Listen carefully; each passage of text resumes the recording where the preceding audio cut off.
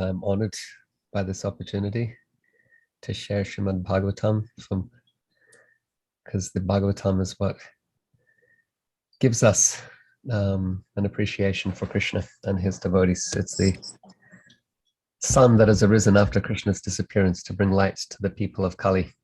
So today we are discussing Canto 10, Chapter 3, verses 52 and 53.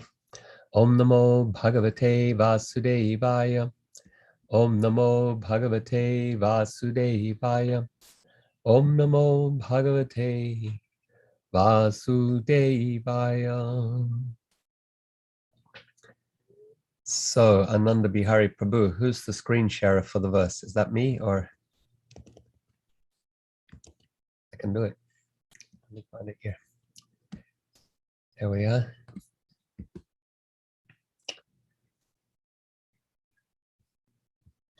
Devakya Shayane Nyasya Vasudevo Tadharikam Pratimuchyapador Loham Aste Purvavad Avrita. Translation. Vasudev placed the female child on the bed of Devaki, bound his legs with the iron shackles, and thus remained there as before. There's no commentary, purport by Srila Prabhupada, so we read the next verse. Text 53. Yasoda Nanda Patni Cha Jatam Param Abudhyata Natalingam Parishranta Nidraya Pagata Smrita. Translation. Exhausted by the labor of childbirth, Yasoda was overwhelmed with sleep and unable to understand what kind of child had been born to her. Purport by Srila Prabhupada. Nanda Maharaj and Vasudeva were intimate friends, and so were their wives Yasoda and Devaki. Although their names were different, they were practically non-different personalities. The only difference is that Devaki was able to understand that the Supreme Personality of Godhead had been born to her and had now changed into Krishna, whereas Yasoda was not able to understand what kind of child had been born to her.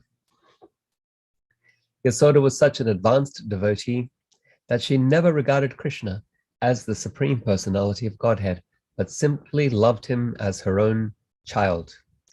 Devaki, however, knew from the very beginning that although Krishna was her son, he was the Supreme Personality of Godhead. In Vrindavan, no one regarded Krishna as the Supreme Personality of Godhead. When something very wonderful happened because of Krishna's activities, the inhabitants of Vrindavan, the cowherd men, the cowherd boys, Nanda Maharaj, Yasoda, and the others were surprised, but they never considered that their son Krishna, the Supreme Personality of Godhead. Sometimes they suggested that some great demigod had appeared there as Krishna. In such an exalted status of devotional service, a devotee forgets the position of Krishna and intensely loves the Supreme Personality of Godhead without understanding his position. This is called Kevala Bhakti and is distinct from the stages of Jnana and Jnanamayi Bhakti. Thus end the Bhaktivedanta purports to the 10th canto, 3rd chapter of the Srimad Bhagavatam, entitled The Birth of Lord Krishna.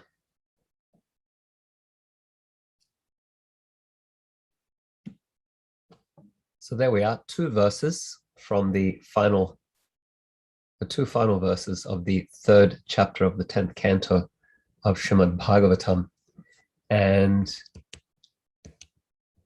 Prabhupada has commented on one of them. And when you read the commentary, essentially it's a commentary on them both. And what we have is, when we put the two verses together, we get some really wonderful juxtapositions to explore. And that's what Prabhupada does in his purport.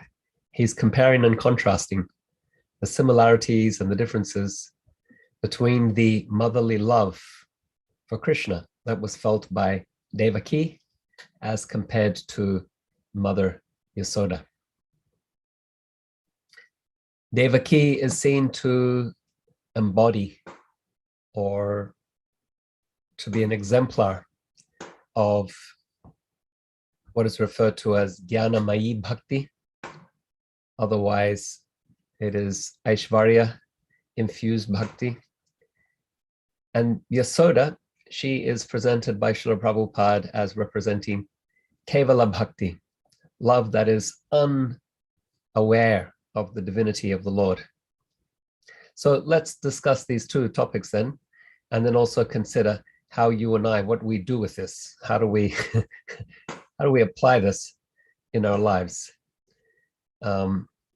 So as I speak, if you have any questions, comments, reflections, please do take note and be ready to share them at the end so that we can further deepen our appreciation and understanding of what has been revealed here by Grantaraj Srimad Bhagavatam. So initially, what Devaki and Yasoda have in common, they're both Krishna's mothers. They both love Krishna with this, what is referred to as Vatsalya Rati, the parental affection. Krishna is therefore known as Devaki Nandana or Yasoda Nandana. Before this class, we were singing Yasoda Nandana Braja Jana Ranjana. So Yasoda Nandana, that is a name that we sing, but then also we sing Krishnaya Vasudevaya Devaki Nandanaya Cha Nanda Gopakumaraya Govindaya Namo Namaha. Krishna is glorified both as the son of Devaki and as the son of Yasoda, Mayi. Both love Krishna dearly, but then Prabhupada points out distinctions. There is difference in the flavor of their parental love. Devaki's love includes an awareness of Krishna's opulence and divinity. He's the Supreme Personality of Godhead, whereas Yasoda is not aware. And we might think, oh, this would make Devaki's love superior. She knows something, she has something more than what Yasoda has. But here, in this instance, actually, less is more. Because she has less of this awareness of Krishna's divinity, then her love is considered more intense. Whereas that awareness would somehow inhibit the spontaneity and the sweetness of motherly love. So yeah, this is an instance of less is more intimate love because of less awareness of the opulence and divinity of Krishna. So love can be constrained by this knowledge or this awareness of the mighty God. Yes, he is omnipotent. He has unlimited wealth, strength, fame, beauty, wisdom, and renunciation. And he is Sarva Shaktiman. He has all potencies. Antaranga, Bahiranga, Tatashta Shakti, they're all his potencies. He is the embodiment of all rasa. This is how he's described by Lord Chaitanya in Chaitanya Charitamrita. So that kind of knowledge can make it difficult, if you're a mother, to think of your child as dependent on you and in need of your protection. And you might have doubts. Should I be breastfeeding this child or not? Does he need me? He's the Supreme Lord after all, the source of all things. And so that awareness as a parent can be an inhibitor to parental love, or in the other relationships could be an inhibitor to friendship, as it was for Arjuna on the battlefield of Kurukshetra, when Krishna revealed to him his Virat Rupa and his Kala Rupa, Arjuna became afraid and he apologized. Krishna, forgive me. Please accept my humble obeisances from the front and from behind and from the side and from below. Please forgive me that I called you friend. Please forgive me that I sat on the same seat as you. Please forgive me that I joked with you. Please forgive me that sometimes I ate from the same plate as you. Please forgive me for all of these things that I did in friendship, sometimes in jest, sometimes out of love. I said things that I would never have said had I known that you were the absolute supreme personality of Godhead. And so his friendship with Krishna was inhibited by this awareness of his greatness and his divinity. And so that's the distinction that Prabhupada is pointing out. If Devaki has this awareness, then it is difficult for her to think of Krishna as her dependent. In what would she make of him misbehaving? Is there such a thing as God misbehaving? And if he were to, then what would be her role to chastise him? So, how does she know this? How does she know that he's God? We might ask this. We're saying, Prabhupada's saying, Yasoda doesn't know, Devaki knows. Therefore, Yasoda's love is more intimate and more intense. How does she know? What's the evidence? Actually, it's this same chapter that you've been studying, the birth of Krishna, when Krishna makes his appearance in the 7th to the 10th verse. Then Krishna appears before Devaki in the prison cell. And there are angels, there are Gandharvas and demigods hovering about, chanting prayers in glorification. They're showering flowers.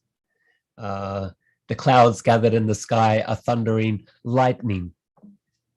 They're making sounds like the ocean waves. And so those were the external symptoms. And then when he appears from the heart of Devaki, he has 4 arms. And in his 4 arms are the conch and club and disc and lotus. On his chest, he has the mark of Srivatsa. Around his neck, he has the Kastuva mani. He has scattered, fully grown hair. He has a helmet and shark-shaped earrings. He has a Vaidurya gem. And so, like this, the child, the son of Devaki appeared fully adorned and with full paraphernalia and all the symbols of the divinity. So how did Devaki and Vasudev respond to this child of theirs? Well, they prayed. Vasudev said, "My Lord, you are the supreme personality of Godhead. Beyond material existence, you are the super soul. You are perceived by transcendentalists." Similarly, Devaki, she also offered prayers.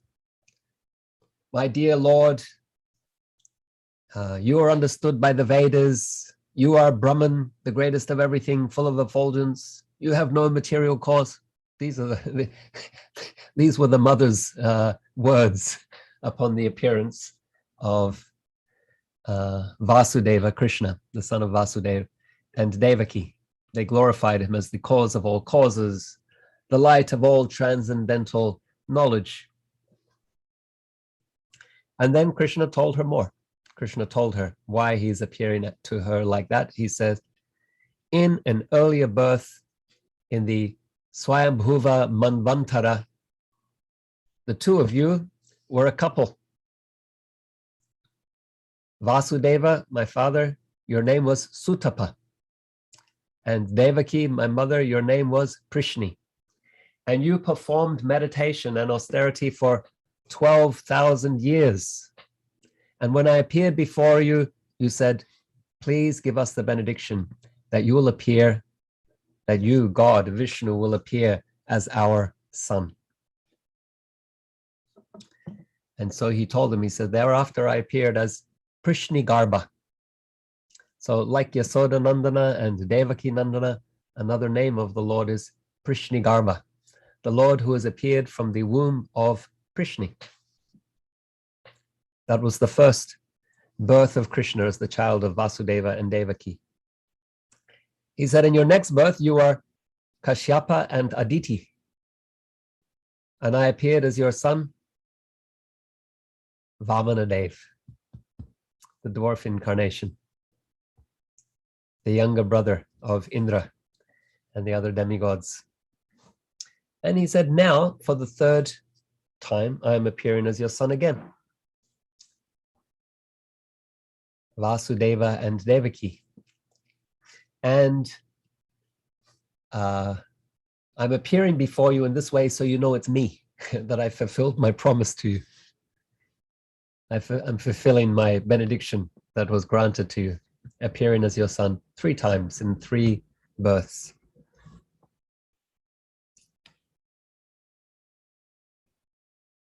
So in this way, Krishna has told Vasudeva and Devaki that he's God and that he's their son. So they know these 2 things together. This knowledge is not enough to completely subdue their parental love, but it does constrain it. There is some constraint that they have. There is when Krishna, for example, returns to Mathura from Vrindavan. He's grown up in Mathura. Flipping these around. He's grown up in Vrindavan in the home of Nanda and Yasoda. And then when he's invited to Mathura to the wrestling arena, he fights and kills Kamsa. He establishes Ugrasena Maharaj, returns him to the throne. His grandfather, the father of Kamsa, and he frees his parents, Vasudeva and Devaki. They've been imprisoned by Kamsa. And when they come before him, they stand with folded palms. That's how they greet their son, Vasudeva and Devaki. How do you greet your child? I'm assuming many of you have children. Do you stand before them with folded palms like that? My dear son, daughter, I love you so much. That's how Vasudeva and Devaki greeted Krishna when they were freed from the prison of Kamsa. Krishna didn't like it, actually. There's my mom and my dad, and they're standing before me with folded hands. They want to offer prayers. And so he spoke to them. He said, Father, Mother. He tried to invoke their parental love. It's so sad that you weren't there to see my childhood pastimes as I grew up. You were in the prison of Kamsa. He spoke all of these words to invoke their parental affection so that they would forget his godliness, his godness, his position as the Supreme Lord of all that be.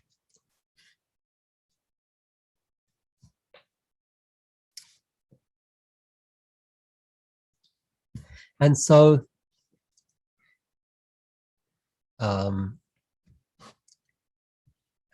this knowledge can be an inhibitor to the natural parental love that is there. Chaitanya Mahaprabhu, he emphasizes 5 relationships between Krishna and his devotees. Shanta, neutrality. This is mentioned by some and excluded by other acharyas when they speak about it. Neutrality, what is that? Have a neutral relationship with you. So some sages, they have a neutral relationship with God, Paramatma, in the heart. So yeah, for some it counts, for others not. Otherwise, Dasya, servitude. Servitude is awe and veneration. When we know the might of God as the supreme controller, the supreme source, then we are impelled towards this humility and servitude, that is Dasya. Sakya, or friendship, that is as equals. That's difficult to feel for great God. Arjuna, he was Krishna's friend, but then when he saw a great God, he became subdued in that. He asked Krishna eventually to withdraw that majestic form so that he could see his friend again. Vatsalya is what we're seeing in Vasudeva and Devaki, or Nanda and Yasoda. And then finally, Madhurya, or Shringara Ras, that is the amorous love of the queens of Krishna, Krishna's wives in Dwaraka, or the gopis in Vrindavan. The queen's love for Krishna is a little more constrained. They have some more awareness of his divinity, like Vasudev and Devaki. The gopis of Vrindavan, like Nanda and Yasoda, their love is unconstrained. So it's not that one of these is right and wrong. That's important for us to understand. It's just different levels of intensity. Neutrality, least intense.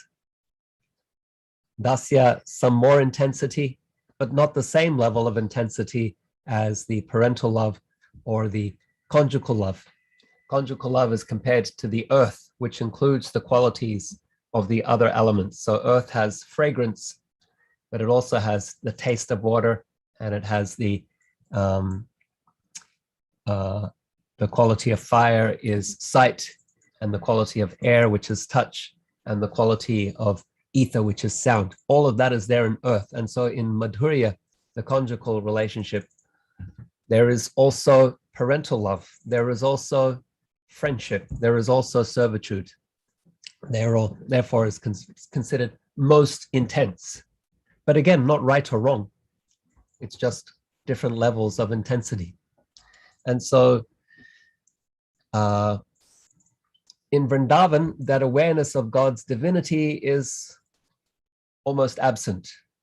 It appears from time to time to facilitate the pastime. That is Krishna's awareness of his own divinity. He'll use that to kill a demon or do something else wonderful. But otherwise, he himself has forgotten his divinity. And so that awareness is almost absent. In Dvarka, it is more prominent. And the sweetness is therefore constrained. So Dvarka is the more prominent there is Dasya Ras, the relationship of servitude. So let's consider something more about Yasoda. We've been discussing Devaki and her love for Krishna and how it's somewhat constrained by awareness of his divinity. Let's consider what Prabhupada refers to in the purport as Kevala Bhakti, the love without awareness of God's divinity that Mother Yasoda has for her son, Krishna. Prabhupada takes the verse itself as his starting point. It says, exhausted by the labor of childbirth, Yasoda was overwhelmed with sleep and unable to understand what kind of child had been born to her. So contrast that with the appearance of Krishna before Vasudeva and Devaki. She was very aware the child who had been born to her. This is God himself, Almighty. And then here, Yasoda, she doesn't know what type of child, even whether it's a boy or a girl. She's exhausted by childhood birth. It happens in midnight. And so she's unaware. So then Prabhupada uses that as a starting point. Because not knowing Krishna's divinity, her love is more intense, more sweet, more spontaneous. She doesn't love Krishna because of his power and opulence. She loves him for who he is. In her eyes, he's the most adorable child. And in her eyes, he depends on her. She becomes anxious then if he hasn't eaten. And she becomes anxious if he's misbehaved, if he's stolen something, if he's stolen butter and yogurt. She thinks, oh, my boy is so naughty. And if he grows up like this, what type of person will he be? He has to be disciplined. And so she chases him around the courtyard, trying to catch him. He's at that certain age, they can run very fast. And so she's running behind him, and it's quite a spectacle. Others are a crowd gathers around to watch as Krishna zips around the courtyard with Mother Yasoda chasing behind him. She couldn't do this if she thought he was God.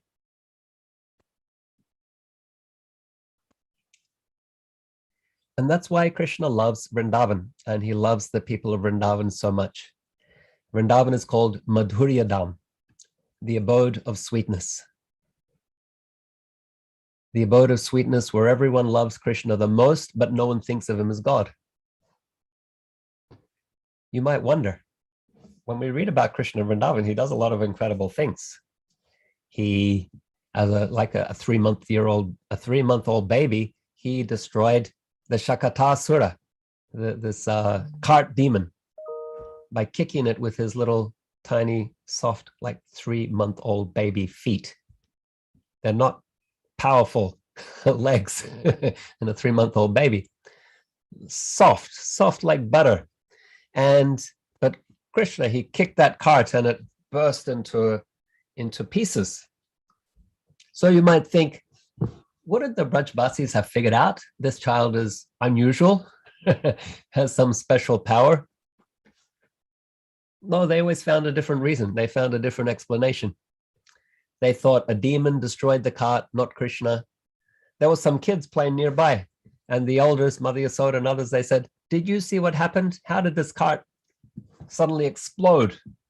And the children said, well, we saw baby Krishna kick the cart with his foot and it exploded. And the parents, they laugh, ha, ha, ha, that's nonsense. Obviously, there was something else that happened. A little baby couldn't kick a cart like this and have such an effect. And then the twin Arjun trees.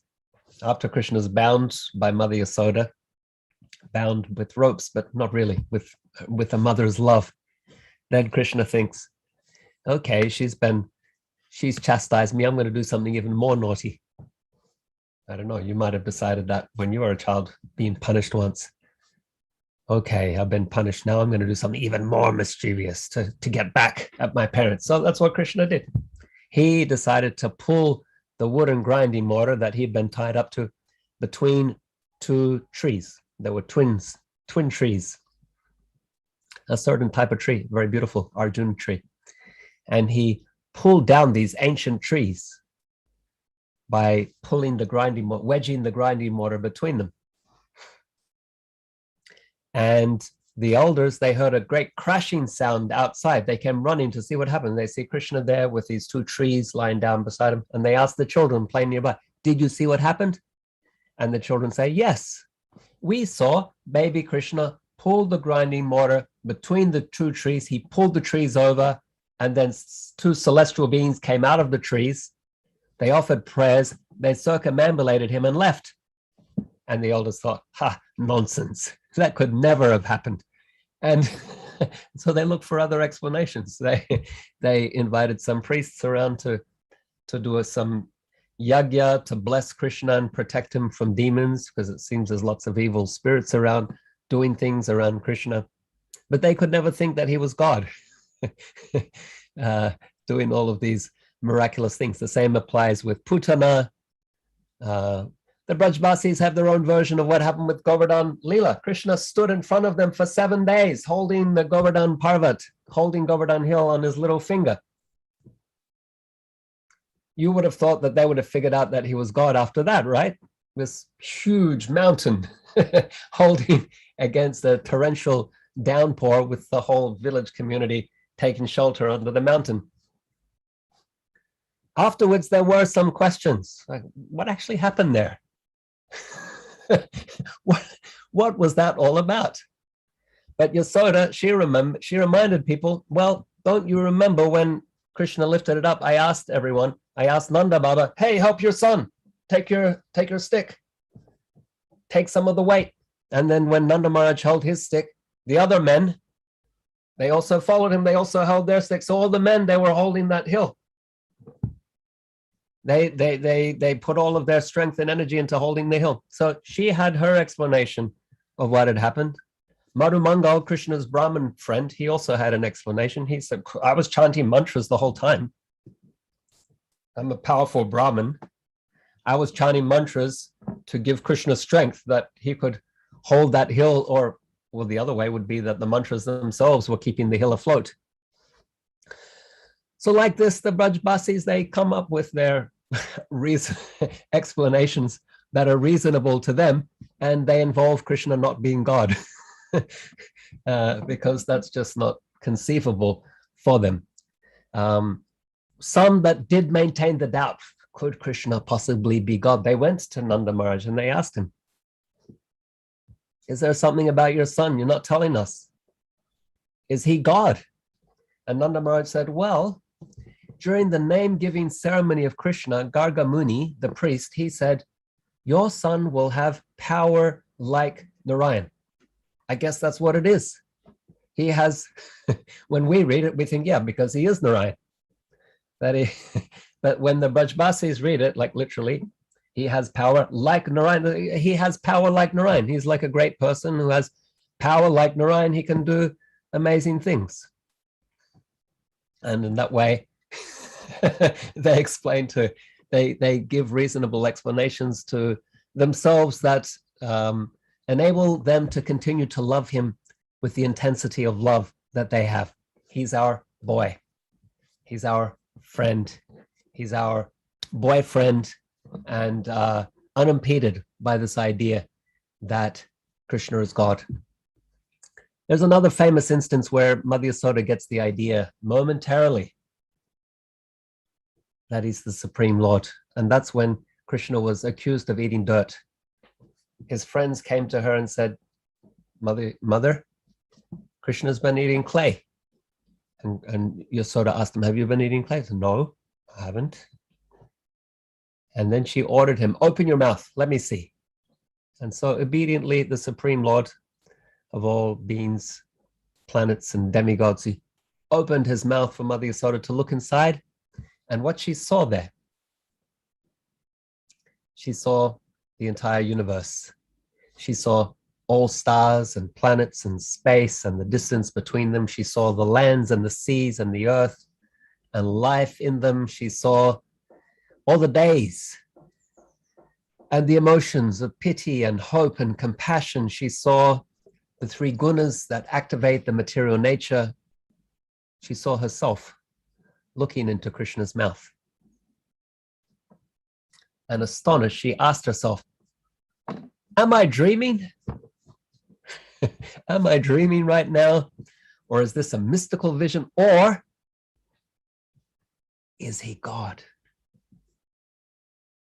For a second, she had this idea, maybe, just maybe, my boy is the Supreme Personality of Godhead. And a second later, it was gone.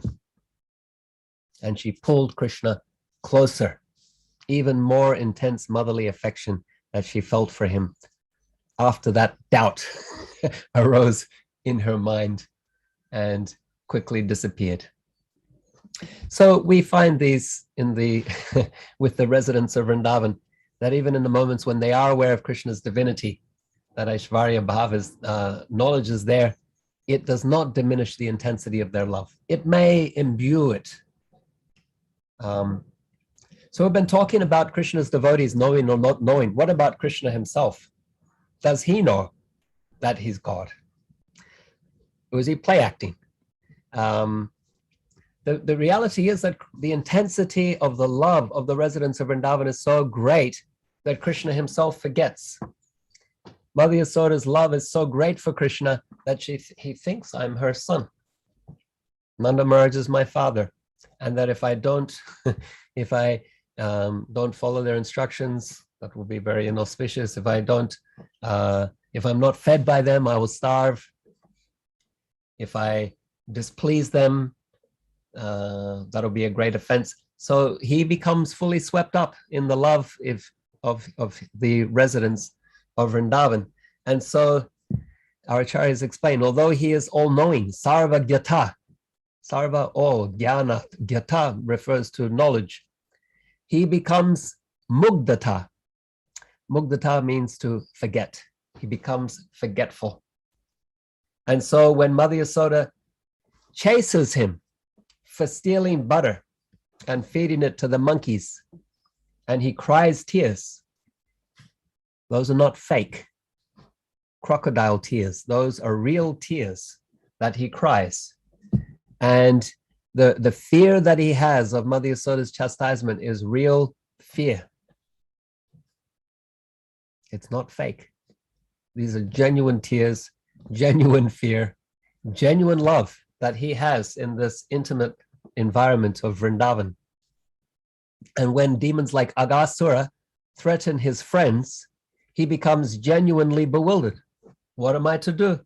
All of my friends are marching into the mouth of this great demon, Aghasura.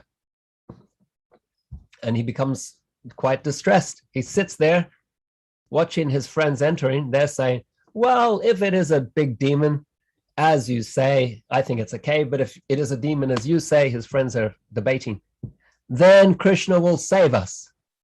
And with that, they all march into the mouth of this great serpent.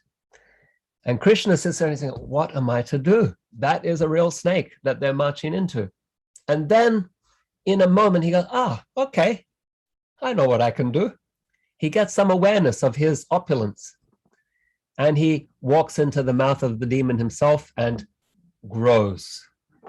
So that's uncommon, extraordinary. That's not normal child behavior. He's become aware of his power and his greatness, his divinity, and he grows and grows and grows, and he chokes that snake, and then he shrinks and enters into the belly of the serpent, where he sees all of his friends lying unconscious, and he glances over them lovingly, and that glance revives them.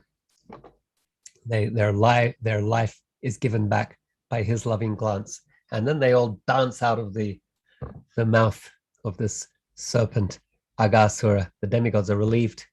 They shower flowers on Krishna as he triumphantly walks out of the mouth of this serpent, Aghasura. So in this way, we see there is a balancing between Krishna's awareness and non-awareness, his forgetfulness and his remembrance of his divinity. It's the balancing is there to facilitate the sweetness. Just enough awareness to augment the pastimes and protect devotees, and it makes the pastimes all the more wonderful.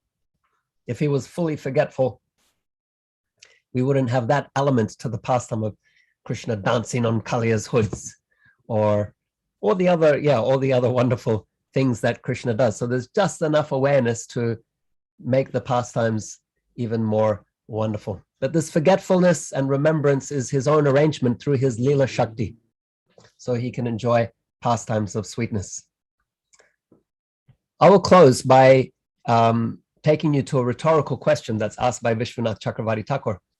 He says, if Mugdata Krishna has forgotten that he's God and he's swept up in the love of the residents of Vrindavan, who will hear the prayers of aspiring devotees when they pray?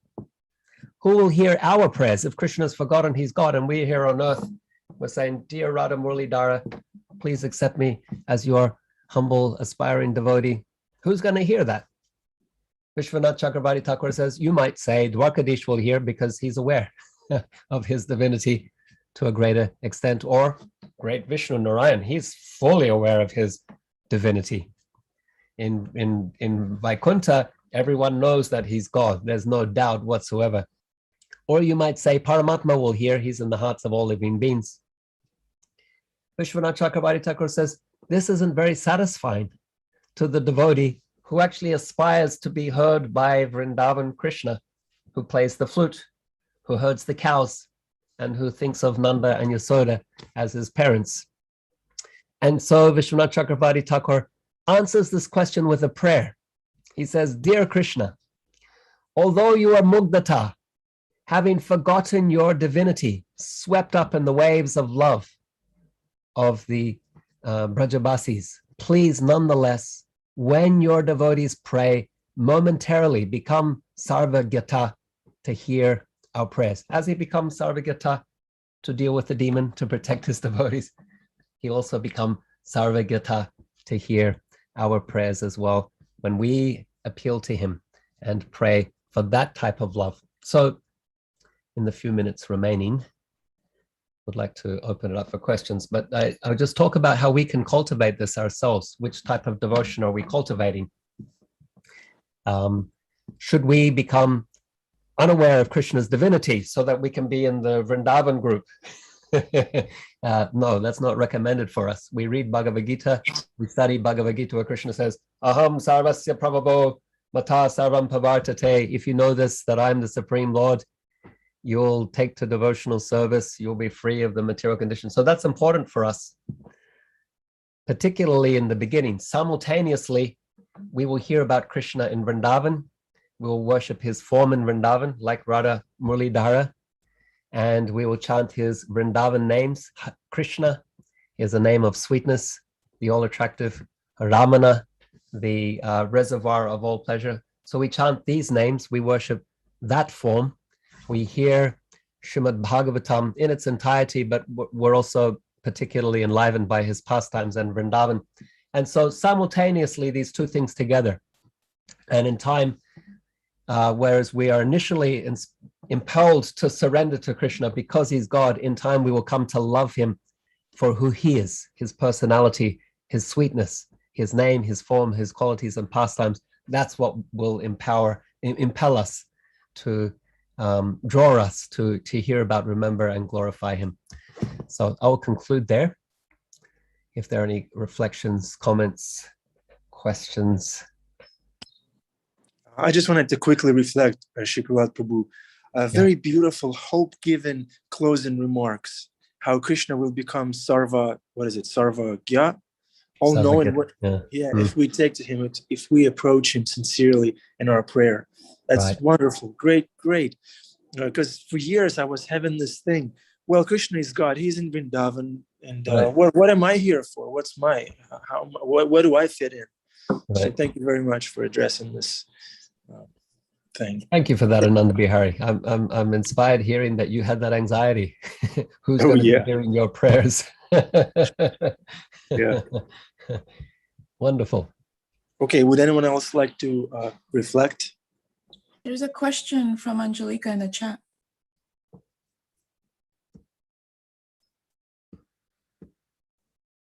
Okay, so, Angelica says, there's a few comments here. Okay, sorry, I hadn't seen those.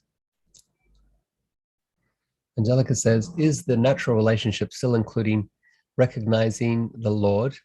It's difficult for me to imagine being fully aware of the Lord and having the relationship with him while remaining neutral to him. Seems that even though recognizing his presence, awe and reverence comes, how are yogis able to remain neutral? Yeah, good question. How are yogis able to remain neutral when they have some awareness of Krishna's greatness?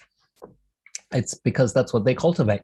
Krishna says in the Bhagavad Gita, as you surrender unto me, as you surrender unto me, I reciprocate accordingly. And so the yogis, they are not all yogis, these yogis who cultivate the relationship of neutrality, they're meditating on the Lord in his impersonal feature, and they're chanting Omkara. And so their aspiration is towards that aspect of the Lord. And so they will experience Ananda, the bliss of Brahman, Brahmananda. They will experience that. But the relationship itself is passive. It's neutral. They don't enter into a relationship of loving service. So yeah, great question. They recognize the Lord, but so it shows us the importance of the type of sadhana we do, right? So their meditation is a sadhana on Brahman.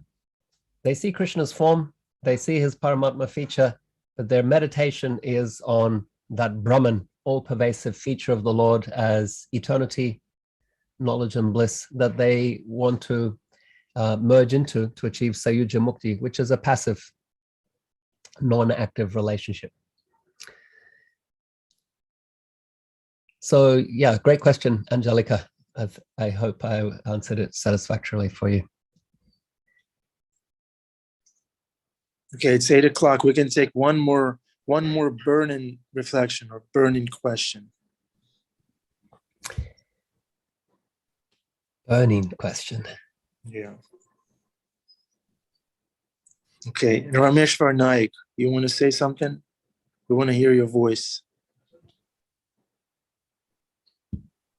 Unmute yourself. No? Okay, Adipusha Prabhu.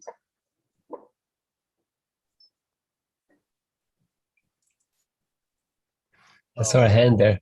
Oh, Angelica. Yes, I have one more question if no one else has a question. I'm wondering, because you touched upon it a little bit, this balance between seeing Krishna as our Lord and approaching him with that mood of being servants and also enjoying or like meditating on those very sweet pastimes. Mm-hmm. Just wondering, how do we balance both in a way that we are not getting ahead of ourselves, or we are not falling into thinking that we have adhikar that we don't have? Yeah. Good question. So the sadhana that we've been given by Srila Prabhupada is a sadhana that leads us to Vrindavan.